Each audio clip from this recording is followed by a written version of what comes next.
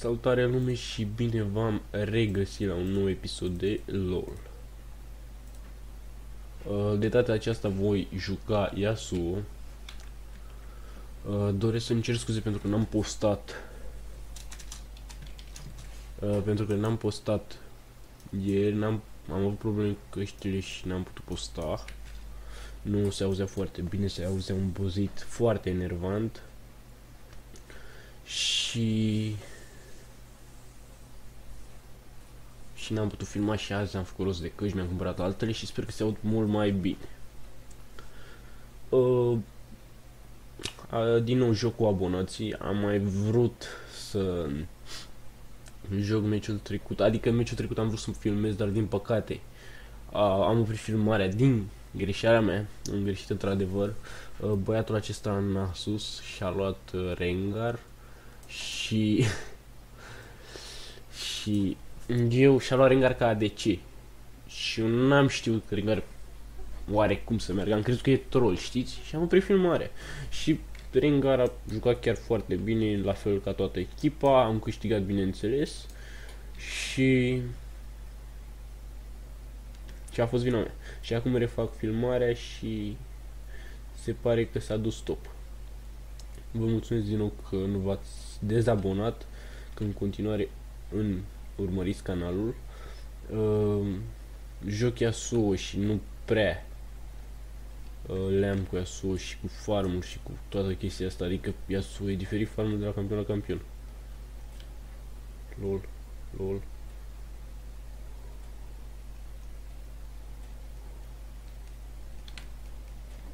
LOL, asta a fost, nu știu ce.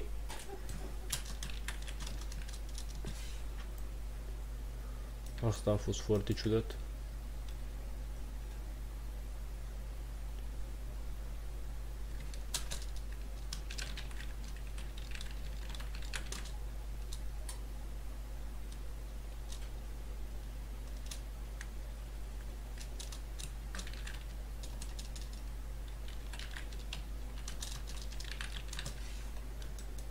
Aici a fost într-adevăr greșeala mea.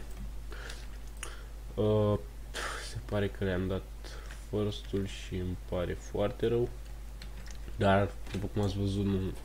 Și tipul acesta care joacă cu Thresh mi-a zis meciul trecut, parcă nu era vorba de a câștiga sau pierde. Și eu am zis că chiar nu este vorba de asta, doar am considerat troll Rengar ca... Și din acest motiv am oprit filmarea. Acum îmi pare rău.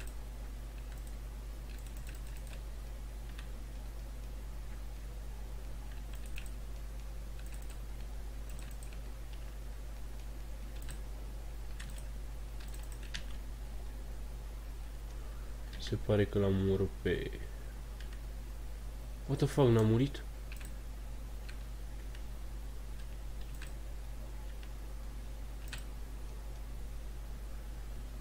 Am reușit, credeam că am reușit să-l omor pe tipul acela, dar se pare că m-a făcut. Am văzut că Master a luat un cu așa că pun ori de aici, era echivalentul, adică nu am văzut nici pe Tom, nici pe boss și m-am gândit să pun ultima oară unde l-am văzut.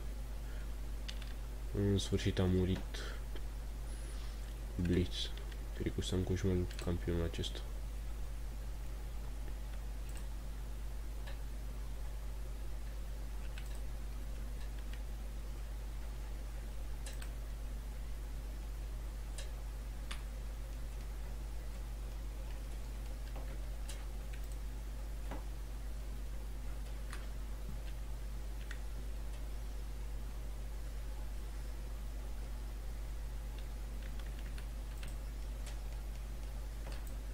Doamne, cum am jucat acolo, dar ăștia n-au și ei.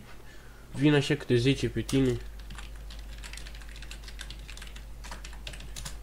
Oricum mie nu prea îmi pasă. Bine, îmi pasă, dar nu la modul opresiunea, gata, fac una când câștig sau altele.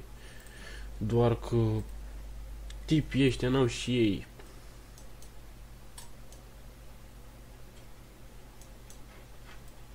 Vin câte 10 pe tine și ciudată metodă de a câștiga. Moare din nou Blitz acolo. Perfect.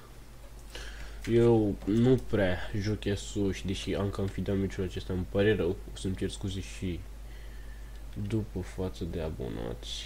Chiar nu joc Yasuo, puteți să vă uitați și la istoric când nu am mai jucat de... Și m-am gândit să încerc ceva nou, să nu iau direct campion sau aceiași campioni cu care am jucat și care...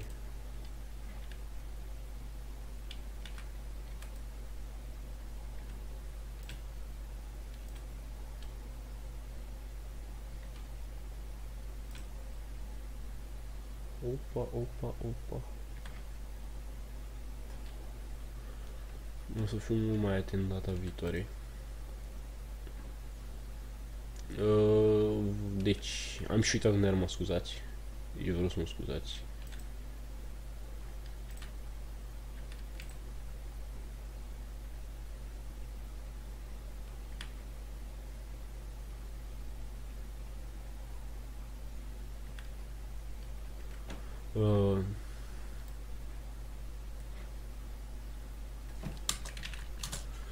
Se pare că am uitat unde mă scuzați. De obicei nu prea am pierd, dar când am văzut ce fac adversarii, am zis asta nu este posibil. Îmi pare din nou rău. Scuzați farmul meu și toate cele, doar că... Bine, să nu credeți că acum ca o scuze sau ceva, doar că este cam nasol să vinecini. O să... Chiar asta ar fi o idee bună, o metodă bună de câștigat, dar... Nu știu dacă o să am cu cine să fac sau...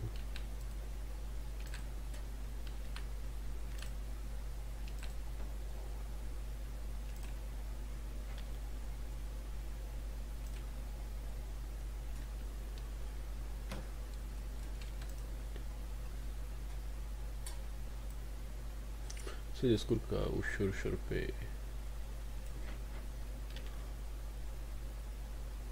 pe bot. Se pare că tipul ăsta va cere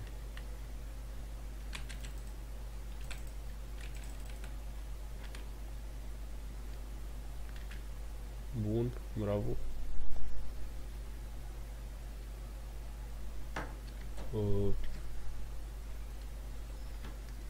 Vine master. E ok, îl pot bate. Foarte easy.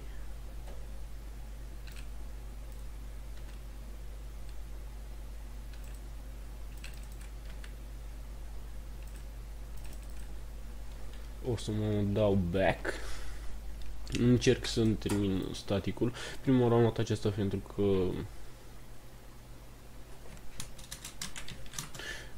prima oară am luat sabia lungă fiindcă nu mi era chiar așa, adică nu m-a ajutat chiar așa mult, cum să vă zic, că să formez chestia aceasta, adică să iau din aceasta care dă viteză de atac sau puțin critică, 10 asta. Așa, și am ales să iau sabie lungă, o să-mi fie folositoare mai târziu, o să-mi fac staticul, îmi iau boots de speed, sau rezistență magie aș vrea, sau armură, nu știu, sunt cam egale aceștia.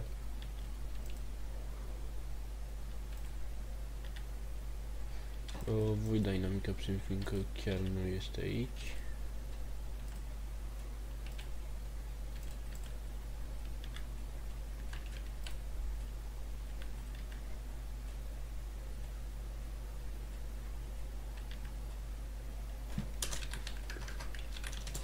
LOL.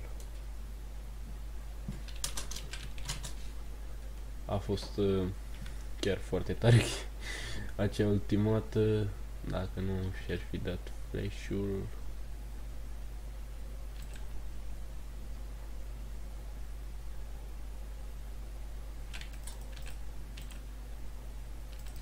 Nu, se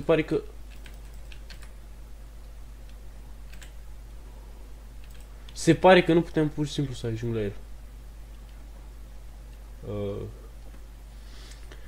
Mă cam așteaptă Blitz.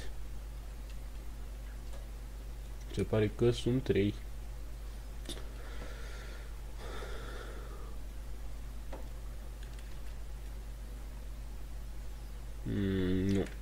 nicio cale să... O să iau pe aici.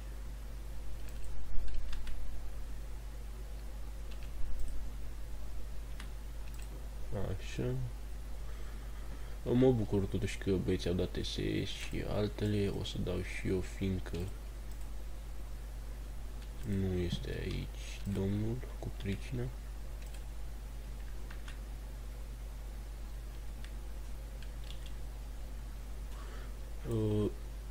Ok. Ok. O să dau de unul întâi. Da, am observat și noi.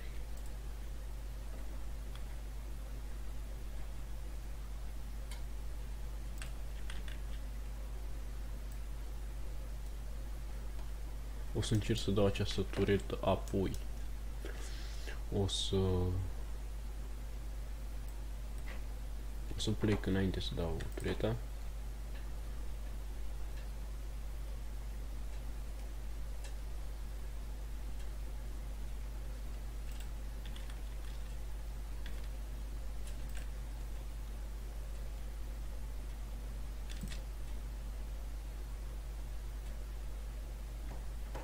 Se pare că nu prea avem ce face.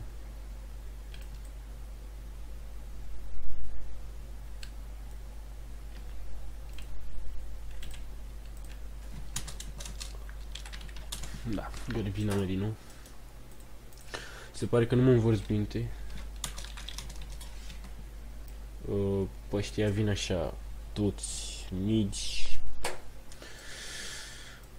Îmi pare rău pentru că nu prea am avut ce să vă arăt meciul ăsta, mi-au dat și tureta. Dar nu e că nu știu să joci, să joci, au propria o strategie, doar că este o strategie destul de enervantă. Cineva o să spargă foarte multe tastaturi dacă dă de vreo echipă de asta. Pe top Nasus putea să zici de ultima mai devreme, dar e ok, l-a bătut pe Renekton. Bun. Cred că o secundă mai stătea acel Renekton făcea E-ul. Și îmi pare rău dacă mă bălbi, să zic așa, adică dacă nu termin propozițiile când sunt aici așa, adică am adversari care chiar te iau prin surprindere și vin 20. Adică dacă ești bun, îi faci, dacă nu, nu. Eu acolo n-am avut pur și simplu ce să le fac. Mă duc să verific dacă este redul și nu este.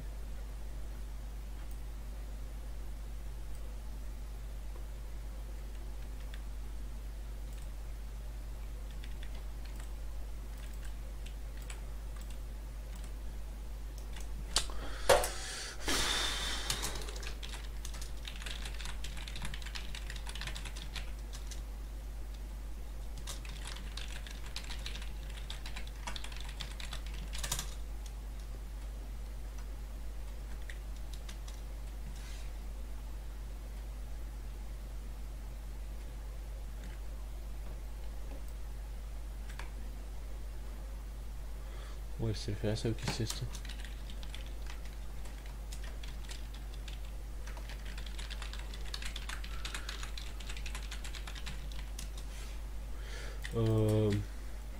O să-mi iau ăștia de attack speed și o să mergem pe niște lifesteal. Doar că nu prea ai ce să faci, vin...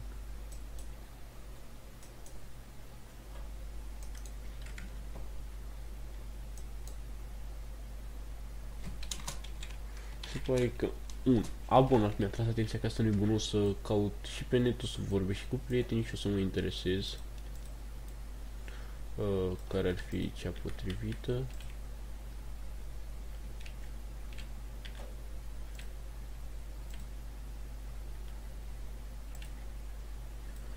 O să mă duc și eu să-i ajut pe mid, vin câte 10.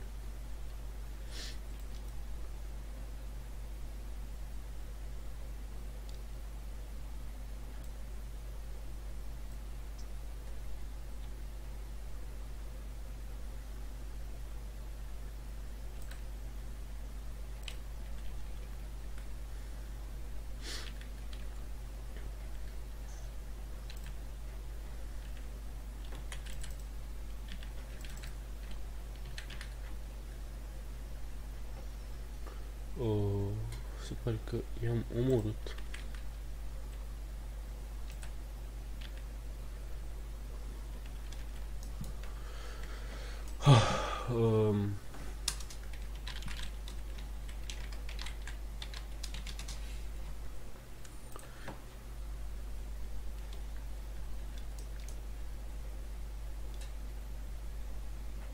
Dacă nu ar veni așa toți pe tine, ar fi super, dar în unele momente, adică când te așa mai puțin și așa, ba apare Blitz, ba morde, ba cine mai e. E că cel puțin nu am văzut. Dar ăștia toți cred că sunt premade. Nu știu ce să zic.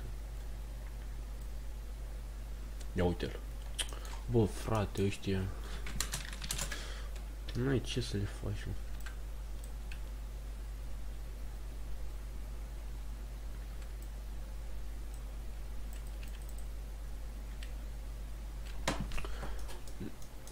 Nu o să mai joc o perioadă. Nu prea știu ce să joc și... Adică știu ce să joc, dar mă gândesc niște campioni care nu prea i-am jucat și care ar fi interesant.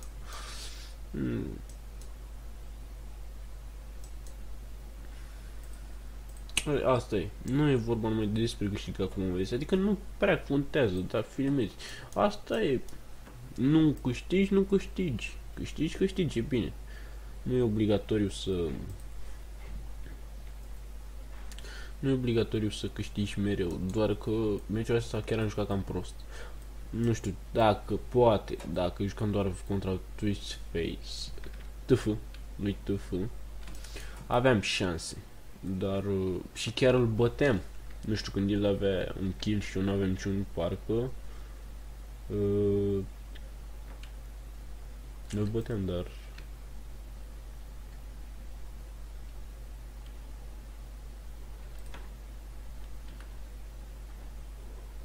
vin toți așa.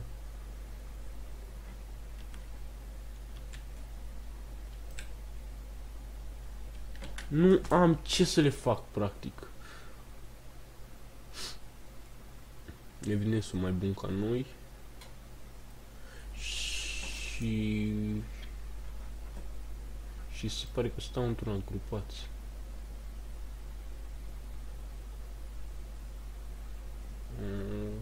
Bun, dar o să moră și el precis. Ha, s-a încurcat acolo acesta Goodling. Cam l-a încurcat acolo Blitz, pardon. Cine era Morde. Dar este ok. Nasus continuă să stacheze. Ei la ei Morde și Blitz și Ren au kill-uri. Adică, nu mai știu, am văzut.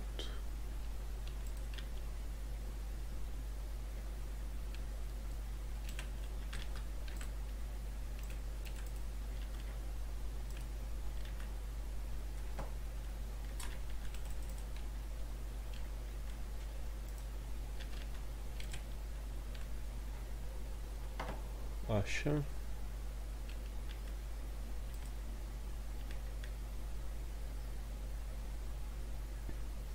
O să mă duc să iau și farmacia de pe mid și o să merg apoi să pușez midul.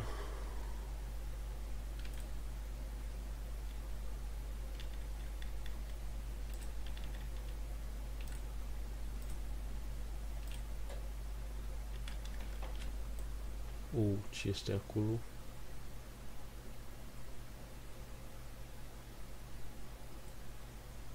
O să mă duc și eu cât de repede pot.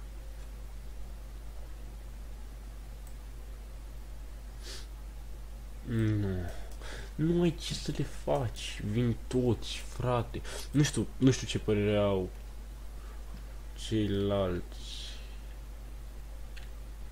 ceilalți jucători despre asta, dar e foarte enervant. Stai, frate, pe lane, tot joacă acolo. Nu veniți câte 10.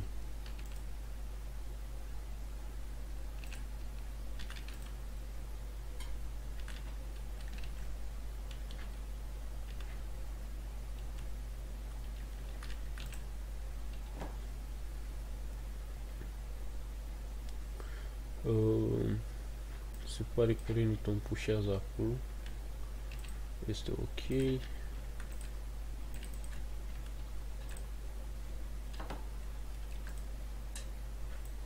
Mă duc să mă iau și acest farm și o să plec bază.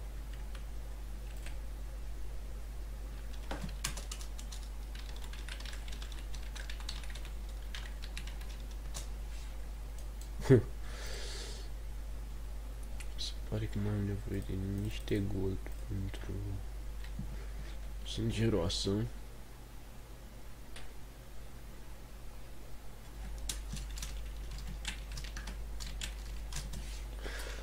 Acestea sunt niște băieți chiar de treabă și se distrează, chiar se distrează când joacă și mă bucur nespus, doar că nu știu, chiar nu știu ce să...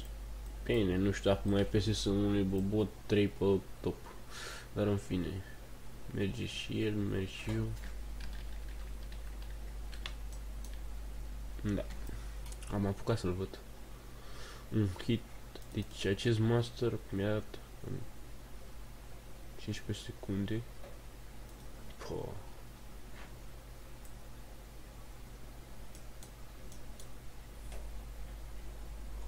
Nu știu, cred că va fi pierdut, dar rămâne de văzut, poate reușim ceva.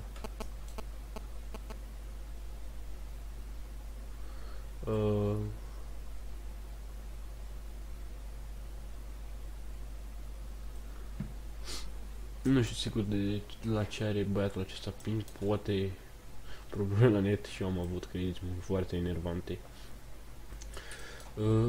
Nu știu dacă mai este pe SS-uri, adică e total dereglat totul.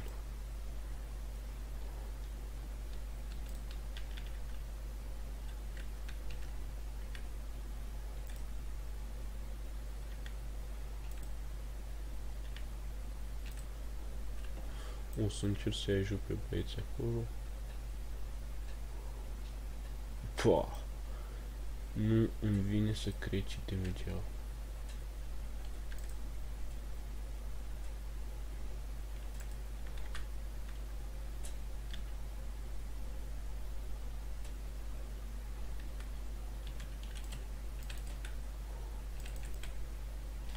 Pua, nu-mi vine să cred că n-am murit. Nu-mi vine să cred, băi, și parcă joc de azi de mâine. Îmi fac numai damage, trebuie să iasă și ceva drăguț odată și odată. Un combo cu ulti sau...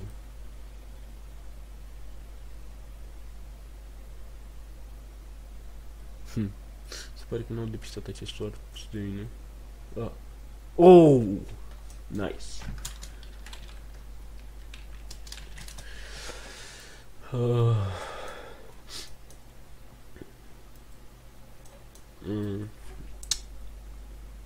Nu știu ce să zic. Destul de mult damage de Nasus. Dar, chestia e că eu practic sunt inutil pentru echipă. Mai ales când vin și focusează așa. Adică aici e bine, fiindcă stai în spate, dai 2 Q-uri la minion sau la ceva de pe junglă, vii, dai o Q-ul, încerci, poate ai combo și cu ceva din echipă, dacă n-ai, dai tu Q-ul și ăla e. Dacă înțelegeți ce vreau să zic. Dar așa, nu prea ai ce să... Nu prea ai ce să faci la propriu. Adică vin toți focusează pe tine, mai ales pentru ea să vă dați seama cum este. Mă duc să le fur redul și... Nu mai mă duc să le fur nimic, mă duc doar să pușez, n-am moart, dar încerc să dau autoritatea asta, așa ușor una câte una se duc toate.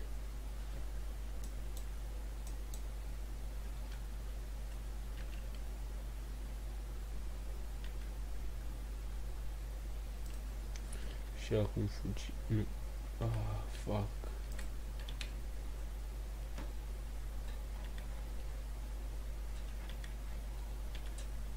Doamne, ce n-ai ce să faci?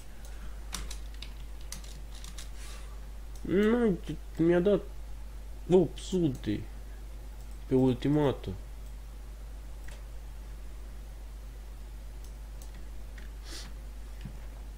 Nu ai ce să le faci la propriu. Scuzați dacă nu v-a plăcut acest... E ok, accept și critici și... Bine, sunt sigur că toată lumea a avut zile proaste, dar eu am avut o zi chiar foarte proastă. Dar nu am de ce să filmez alt video, este perfect. Scuzați că am făcut în el atâtea pauze și atâtea, doar rămâneam pur și simplu surprins când îl vedeam pe Blitz. Fugeam, îmi dădeam flash-ul. După aia îl vedeam pe Morde și mai vedeam încă unul. Ce puteam să refac? Și de aceea tăceam. O să învăț să vorbesc mai rapid, fără întreruperi. Îmi pare rău pentru asta. Să știți că nu o să se mai repete și vă mulțumesc pentru toată susținerea acordată. Adică ați fost super. La propriu.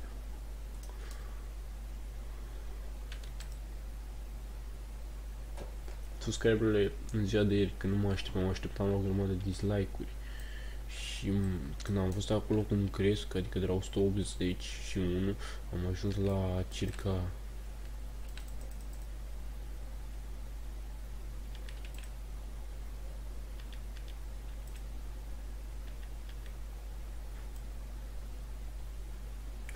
Le de așteptat.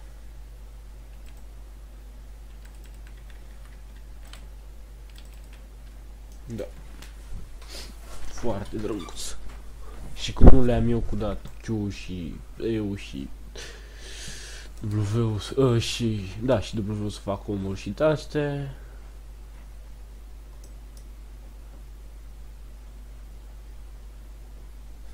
Măcar l-am mult acolo și... Dar acel master dă foarte mult, doar l-am mult. Back, că vine Blitz. Bă, și dacă nu ziceam, dă foarte mult. Adică...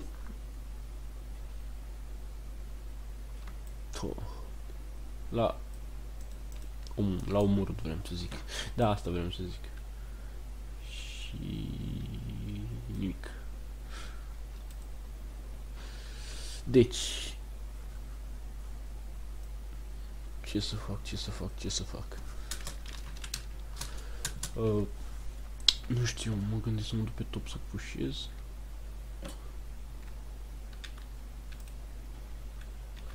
Vă rog să vă lăsați în comentarii părerea voastră sinceră despre video și cum a ieșit.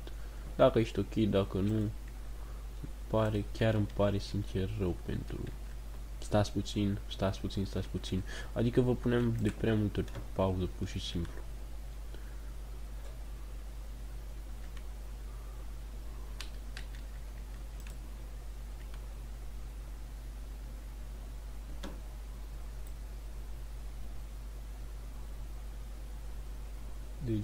Degeaba. Nu.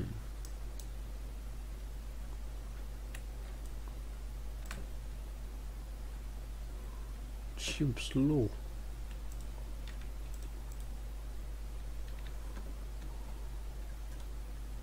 Nu, într-un teamfight. Ce vorbești, frate? Ce vorbești ăla?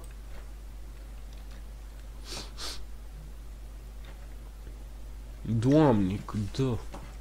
Deci, priviți. Renekton 143, omul e ok. Ăsta, Mordekaiser 300, 100, așa. E ok. Blitz 637. Și cu eul mi-a dat 160. Acesta e pe daune fizice, 10%. Dacă era să fie full AP, dădea mult mai mult. Pur și simplu, eu am murit la propriu în 2 secunde. 2 secunde și 39 de milisecunde. Deci, nu ai ce să-i faci. Oricum o să-l postez.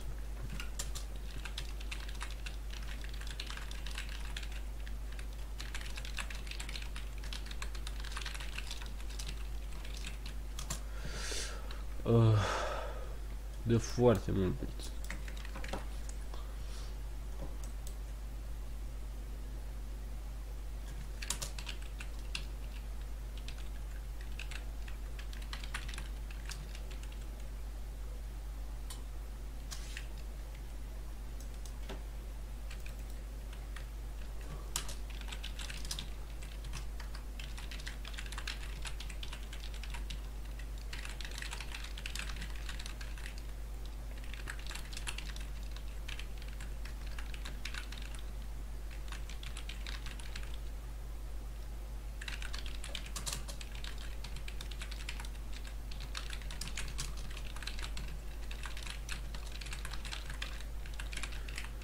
Și am zis doar adevărul. Nu trebuie neapărat să câștigi sau să ai un scor decent sau... Asta e, oricum o să-l pun, dacă iau dislike-uri, iau dislike-uri și n-ai ce să faci. Nu are rost să aleg. Adică... Știu că... majoritatea și-ar face sau... Nici nu are rost să... Pua! Nici n-am văzut că și-a dat ultimata. Se pare că săracul e ca infuge aici pentru viața lui. Dar... Oare o să scape? A scăpat. Ce urmărire aici. O să-l prindă până la urmă. Pac, și s-a stins. GG. Știu că briză foarte mult. Asta este. Am avut un meci prost. Eu, personal, nu din această cauză, nu aș vrea să-l pun pe YouTube, ci faptul că datorită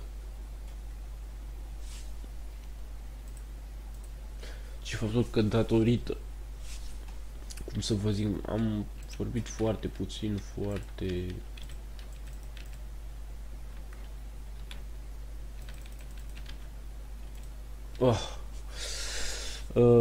Deci, să revin la subiect. Deci începeam practic o frază și nu o terminam și suspinam și oftam și după aia o continuam și după aia nici nu o terminam măcar când începeam să zic altceva, scuzați pentru asta. E adevărat, n-am avut cel mai bun meci. N-am avut chiar cel mai bun meci, vă zic sincer. Am mâncat bătaie pur și simplu. Totuși, interesant tactica asta cu pac pleacă, unul vine altul, pleacă, vin 5, vin 4, vin 5, vin 4. A fost chiar foarte interesant și chiar o să încerc o dată. Adică plecăm așa pe facem switch sau chestii de astea. Ar fi chiar interesant.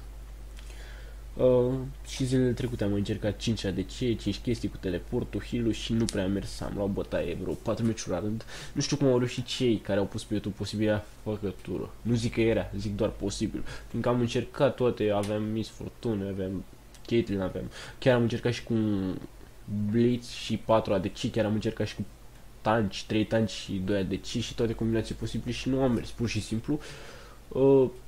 Aș vrea să mă lăsați în comentarii dacă v-ați uitat până aici, de ce jocuri aș vrea să mai apuc. M-am gândit la Minecraft, Sam și altele.